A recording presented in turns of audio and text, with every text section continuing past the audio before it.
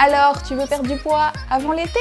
Ça tombe bien, t'es au bon endroit. Je m'appelle Noémie, je suis nutritionniste et aujourd'hui je te donne mes 5 meilleurs conseils pour réussir ta perte de poids efficacement, durablement et avant l'été. C'est ce que tu veux, installe-toi et ça commence maintenant. Let's go! Premier conseil, on choisit un objectif adapté. Donc qu'est-ce que ça signifie? On définit combien de kilos on veut perdre et sur quelle durée. Alors la durée, je sais, tu vas me dire maximum avant l'été et t'as bien raison, mais l'été ça peut être dans une semaine, 2 semaines, 3 semaines, 2 mois. Voilà, donc il faut adapter. Maintenant on va voir combien de kilos tu peux t'attendre à perdre de façon saine et durable. Donc là il y a 2 cas de figure. Le premier, c'est que tu es quelqu'un qui a besoin de perdre du poids pour des questions de santé, donc ton IMC est au-delà de la norme.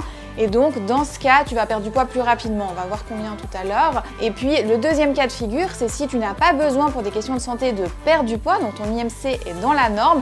Et dans ce cas, ton objectif, il est purement esthétique. C'est pas un problème, mais tu peux pas t'attendre au même résultat que dans l'autre cas. Alors justement, ces résultats, qu'est-ce que c'est? Donc si on souhaite perdre du poids et qu'on est en surcharge pondérale en termes de santé, on peut s'attendre à perdre 1 à 2 kg par semaine. Et plus la perte de poids va avancer dans le temps, plus on sera plutôt à 1 kg par semaine que 2. Pourquoi? Parce que quand on a beaucoup de poids à perdre, en fait, on perd beaucoup plus facilement au début. Deuxième cas de figure, tu n'as pas de poids à perdre pour les questions de santé et c'est une très bonne nouvelle, mais du coup, ta perte de poids sera un petit peu plus lente.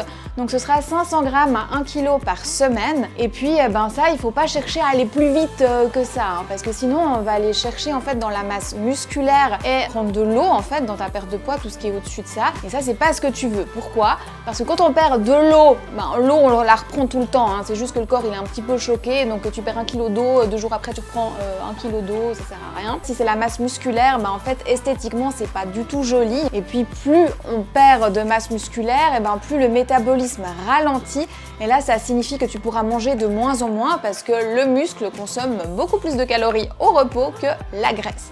Voilà, ça c'était pour le premier point. Deuxième conseil, choisir une méthode adaptée pour mesurer ses progrès. Donc oui, on peut se peser, c'est pas un problème, mais en fait, avec la balance, ça peut un peu faire le yo-yo émotionnel, comme j'aime dire. C'est que si le chiffre, il va dans le sens qu'on veut, on est super content et on est ultra motivé. Et au contraire, si ça va pas dans le sens qu'on veut, on peut très vite se démotiver, être énervé et ça peut jouer avec notre humeur.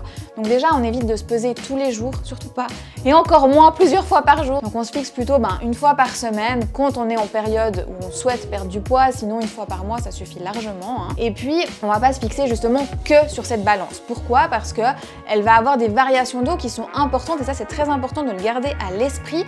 D'un jour à l'autre, on peut prendre 1 à 2 kg pour des questions d'eau, des questions qui sont liées aux hormones, au sommeil, donc il y a vraiment beaucoup de choses qui rentrent en ligne de compte. Donc on va choisir une autre méthode, même 2 autres méthodes en parallèle pour mesurer ses progrès. On va essayer par exemple des pantalons, si vous voulez éviter la mesure des centimètres, moi j'aime bien faire comme ça.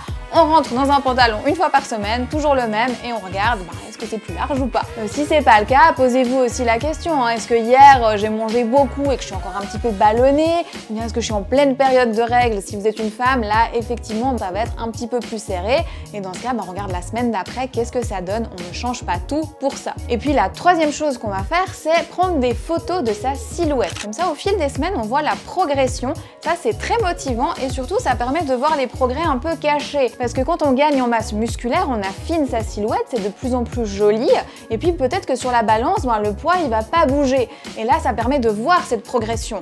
Et à contrario aussi, si on perd trop vite du poids et qu'on est en train de perdre de la masse musculaire, et là aussi ça va permettre de réaliser que mais c'est pas tout à fait ce que je veux, parce que je fonds en masse musculaire, donc je deviens un petit peu plus flasque, c'est pas tout à fait ce que je cherchais, et là on peut encore adapter pour arriver à l'objectif en temps et en heure. Conseil numéro 3, ça va être de choisir la bonne méthode, celle qui va vous permettre de perdre du poids. Donc ça ne signifie pas quel dernier régime à la mode je vais choisir, est-ce que je choisis du hyperprotéiné, du sans glucides, du sans lipides, non. Surtout pas. Je tiens à rappeler dans cette vidéo que manger sainement et équilibré, c'est à l'année, peu importe vos objectifs, prise de masse musculaire, perte de poids, peu importe, on mange sainement et équilibré et on va justement jouer sur les quantités. Donc 2 options, soit on réduit les quantités de l'apport nutritionnel, soit on va venir augmenter la quantité de sport, ou on peut faire un petit peu des deux à choix. Et c'est là qu'on va concentrer vos efforts et qu'on va voir qu'est-ce qui vous convient. C'est là qu'on choisit la méthode. Est-ce que vous aimez bien manger plus le soir? Est-ce que vous aimez mieux mieux manger plus à midi? Est-ce que vous êtes pressé à midi et donc ce serait mieux de manger un peu moins à ce moment-là pour avoir une meilleure digestion? Est-ce que le matin vous n'avez pas faim? Est-ce que vous êtes tout le temps en train de grignoter et donc il faut qu'on prévoie des collations? C'est sur tout ça qu'on va jouer aussi. Si vous avez des séances de sport, on va adapter l'apport à ce moment-là pour que vous ayez la bonne énergie au bon moment. Et c'est ça, choisir la bonne méthode, c'est s'adapter à votre quotidien, à vous, pour que ça fonctionne. Quatrième conseil, se préparer et s'organiser. Quand on se lance dans une perte de poids, c'est pas anodin, hein, c'est pas toujours facile et plus ça va durer, plus ça risque d'être difficile. On sort de sa zone de confort, donc le corps va nous le faire ressentir, hein, et plus on avance, plus il nous fait ressentir tout ça.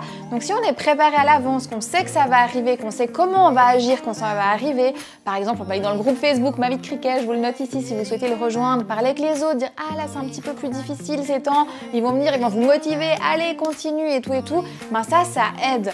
Et de savoir qu'est-ce qu'on fait quand justement les difficultés arrivent sur la table, et ben ça permet de les vaincre beaucoup plus rapidement et d'éviter de se démotiver et de perdre du temps. Et puis il y a aussi tout ce qui est organisation. Donc là on va regarder, bon, semaine prochaine c'est stress ou c'est pas stress? J'ai le temps de cuisiner ou pas? Non, pas trop, alors je me prépare à l'avance, je me prévois 2 heures ce week-end pour prendre de l'avant, je cuisine plein de trucs et tout. Soyez malin, hein. Et ça dépend de vous, regardez vos emplois du temps, n'hésitez pas à vous prévoir 1 ou 2 heures dans la semaine juste pour vous organiser parce que c'est du temps gagné par la suite. Et puis le troisième point que je souhaitais aborder là-dedans, c'était tout ce qui est entourage. N'hésitez pas à leur faire part de vos démarches, de vos objectifs. C'est pas une honte de vouloir perdre du poids et c'est pas parce que vous souhaitez perdre du poids qu'ils doivent perdre du poids. Juste les informer, dire bon écoute, si jamais j'ai décidé de faire ça, ça va un petit peu changer pour moi, je ferai peut-être un petit peu moins de resto ces temps, mais il n'y a pas de souci, on peut partager. N'hésitez pas à leur faire goûter vos menus, à impliquer votre famille. Vous mangez sainement et équilibré, ce qui change c'est la quantité, donc il n'y a pas besoin de s'exclure des autres.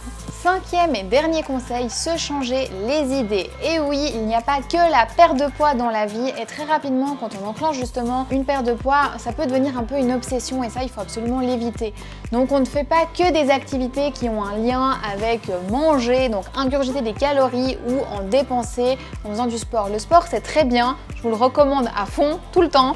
Mais il n'y a pas que ça dans la vie et justement c'est aussi très axé sur votre bien-être, votre physique et tout. Là on va chercher des activités qui n'ont rien à voir avec les calories. Donc typiquement ça peut être de lire, ça peut être de dessiner, ça peut être de faire du bricolage, de regarder un film, de voir des amis. Mais n'hésitez pas à sortir de tout ça, c'est hyper important. Si vous souhaitez aller encore plus loin, je vous invite à consulter mon site noeminutrition.com, je vous le mets juste ici. Je vous propose des programmes de remise en forme qui vont vous aider d'une manière professionnelle pour atteindre votre objectif encore plus efficacement et rapidement. Si vous souhaitez aussi rejoindre la communauté, je vous rappelle qu'il y a le groupe Facebook Ma Vie de Cricket, donc là c'est un boost de motivation, on se soutient tous ensemble.